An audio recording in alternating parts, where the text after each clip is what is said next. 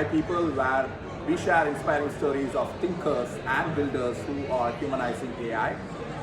Today I'm with Legare. Hey guys, I'm a developer advocate at Red Hat. We are here at DeveloperWeek to talk about some of the things pertaining to AI that developers care about. That's awesome. And I see you very actively engaging a lot of developers coming out to you. Yeah. Before I dive into the thematic conversations happening today, I want to understand what developer advocacy is all about and what do you do, how do you connect to the developer community? Totally. So a lot of developers get forgotten by enterprises because they are not the key decision makers that are buying these products, but a lot of times they are the end users or all the exhibitors here that make some form of dev tooling. And so I get to work at Red Hat, which is an awesome company who productizes and contributes to open source projects. So what I get to do is I get to go and play with open source projects, figure out how do they work, how would I explain getting started with this project to somebody, and then create some enablement and content for developers to make their lives hopefully a little bit easier in terms of getting educated with the open source projects in the AI stack that Red Hat contributes to. That's awesome. And what are you hearing from developers at DeveloperWeek? Like, what is top of mind? What are their aspirations? What are their challenges? I've been talking a lot with people about running local models. I think that people are interested in what they can do on their own and trying to understand this whole stack. I think it's pretty cool to get to play with these generalized models and chatbots, but it's not necessarily incredible for education purposes.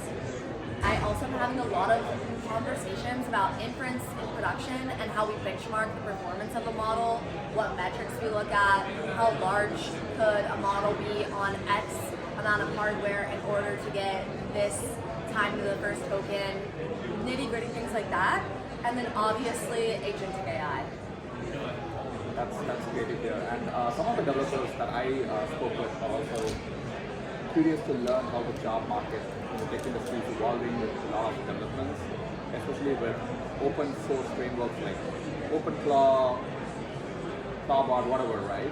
Which is bringing in hyper automation, especially when it comes to agentic AI. So can you maybe talk about that and how those things are like making seismic shifts in the job market?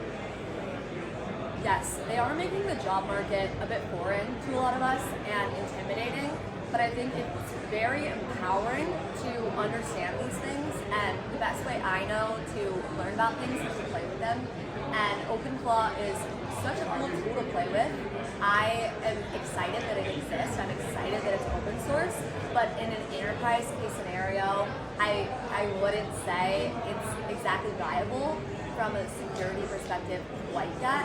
I think hyperautomation is something that we're all aware of as the future, but in terms of enterprises feeling comfortable putting it into production, I think there's a lot of risk there, and so we all can take a breather from worrying for a minute while knowing that our jobs are going to require thinking from a systems perspective much more than they previously had. That's great to hear. Yeah. And given the development cycles are like speeding up with every major new advancement, from your lens, where do you see the agentic AI ecosystem also in the context of open source in the next 1 year, 2 year time?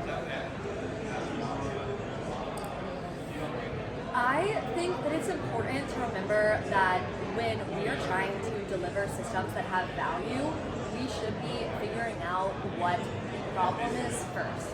And a lot of these solutions, these agentic AI solutions, feel like solutions without a corresponding problem. And so what I would argue we should be tinkering in the next 1 to 2 years is building specific systems, agentic workflows that solve specific problems built for specific use cases, and chaining together smaller models that do very specific things and pass context to one another to get things done. Again, call out again systems thinking.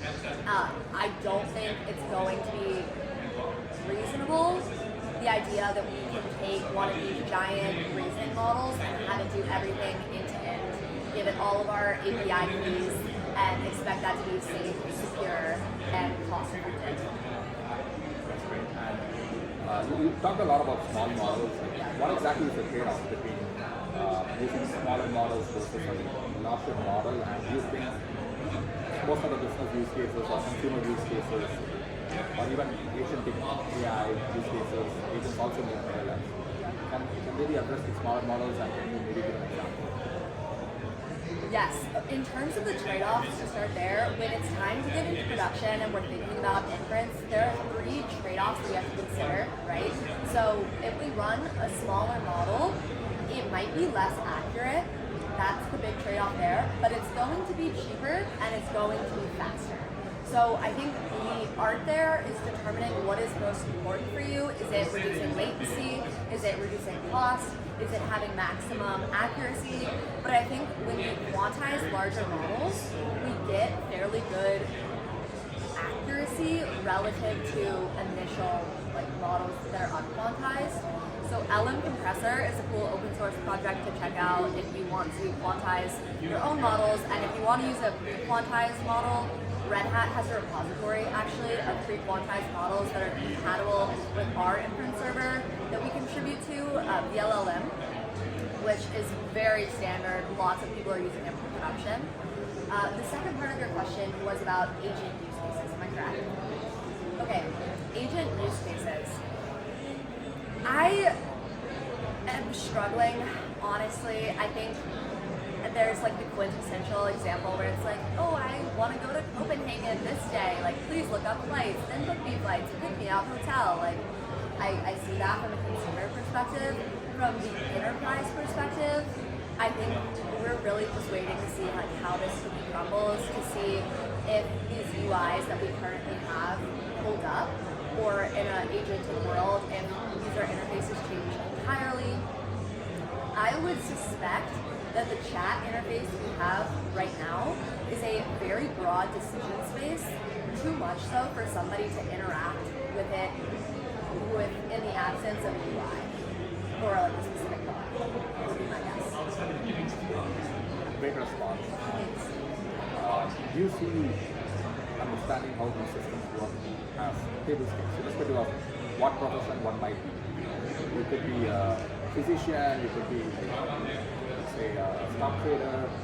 Is this knowledge, should it be limited to just the developer community, or anyone needs to have a foundation understanding of how these systems work, because AI is fundamentally impacting or influencing every walk of life, every part of life? I don't know if you need to have an understanding of it, but I think it's fascinating personally to understand, one, tokenization. How has the human language been translated into mathematical values that have then had all these patterns mapped out into these models? I think that's worth understanding. I think your specific industry is going to have some form of artificial intelligence that's relevant for you to understand. I think if you are in the medical profession, for example, you mentioned physicians, I would go down the rabbit hole of looking into protein modeling. I think that could totally change the healthcare industry as artificial intelligence really speeds up how quickly we can map out a protein, and maybe even create digital twins of things like the body and increase how quickly we can push out drugs, increase the kinds of drugs that we can make and how specialized they can be. I mean, a lot of it's mainstream right now, but I think for the wonder of it all and for maintaining a positive and hopeful outlook, it is important to look into, not from a doomsday perspective, but from let's have in mind how this goes right, and let's have our eye on that, because I don't want us to become a self-fulfilling prophecy as a society. There's so much fear-mongering surrounding artificial intelligence, and it's important to shout out to some extent, but I think it's even more important to shout out where this is right.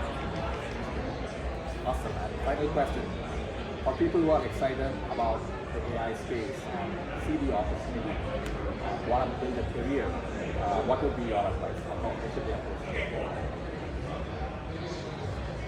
Tinker, build things, brush up on data science, and brush up on system and architecture. Thank you so much for being with the AI people. I really enjoyed this panel. I'm pretty sure my viewers as well.